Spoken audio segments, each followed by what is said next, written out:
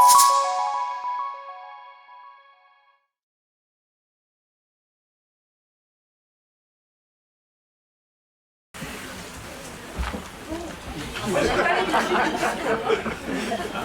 vais essayer d'être brève.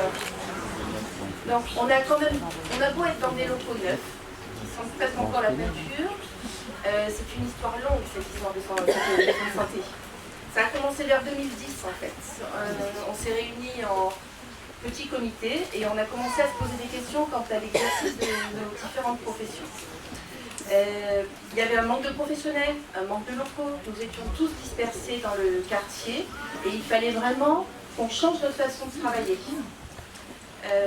À la recherche quand même de solutions assez urgentes, il fallait répondre à des normes qui arrivaient. On a d'abord rencontré notre élu de quartier, c'est M. Nati qui était là, et ensuite M. Larive, qui nous ont présenté le service santé de la ville en fait. Madame Veto et M. Fauvel. Et en fait, le projet a vraiment commencé à ce moment-là. Et on a vraiment été accompagnés par tous ces gens. Et ça nous a vraiment permis de commencer à rêver de travailler tous ensemble en fait. Ça, donc 2010 là. Donc, ils nous ont guidés. Ils ont été nos médiateurs tout au long du projet et à ce moment-là, les choses sérieuses ont vraiment commencé. Alors, autour de cette problématique, on a créé un petit groupe pour réfléchir à une solution. On a été écoutés, on a été guidés dans nos choix, mais ça n'a pas été toujours facile, parce qu'on ne parlait pas le même langage. On est vraiment des professionnels de terrain et on se retrouvait confrontés à j'allais dire une administration, avec un langage vraiment particulier. Mais grâce à ces médiateurs, en fait, ça s'est plutôt bien passé. Finalement, le projet, qui au départ devait être un projet immobilier, s'est transformé grâce à une bonne dynamique de groupe en projet pour créer une maison médicale de santé dans un quartier urbain. C'est quand même quelque chose à signaler ça. Donc à force de travail, de volonté, donc on a réussi aussi à faire concorder nos besoins professionnels avec les besoins des habitants. Et là-dessus, on s'est quand même fondé sur deux choses qui ont été assez importantes. C'est le contrat local de santé et avant l'atelier santé-ville. Et donc les habitants ont participé et ont vraiment fait remonter tous les besoins que le quartier avait. Et on est parti de cette base, vraiment. Et pour nous, c'est vraiment la force de ce projet, c'est d'être partie de la base. Et si je peux me permettre, j'aime bien penser que ce n'est pas une boîte, la maison de santé, qu'on a remplie. C'est vraiment des professionnels, des habitants, un quartier qui se sont trouvés un lieu. Et ça, c'est, je crois, ce qui va faire toute la différence dans les années à venir, par rapport à la synergie dont vous parliez et l'énergie que nous allons essayer de mettre au service du quartier, même si nous sommes quand même des professionnels libéraux. Mais ça, c'était juste en 2012 qu'on a fait tout ça. Là, on est quand même en 2019. Donc, l'association a été créée à ce moment-là.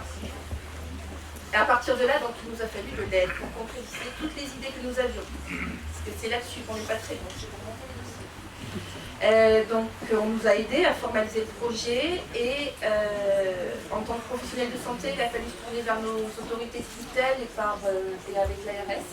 Nous avons réussi à acquérir la labellisation pour la maison de santé. Et ça, c'est un précieux sésame qui nous a permis derrière de demander des subventions pour commencer vraiment le projet immobilier.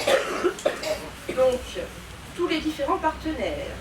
Donc, il y a l'État, la région, la CDA.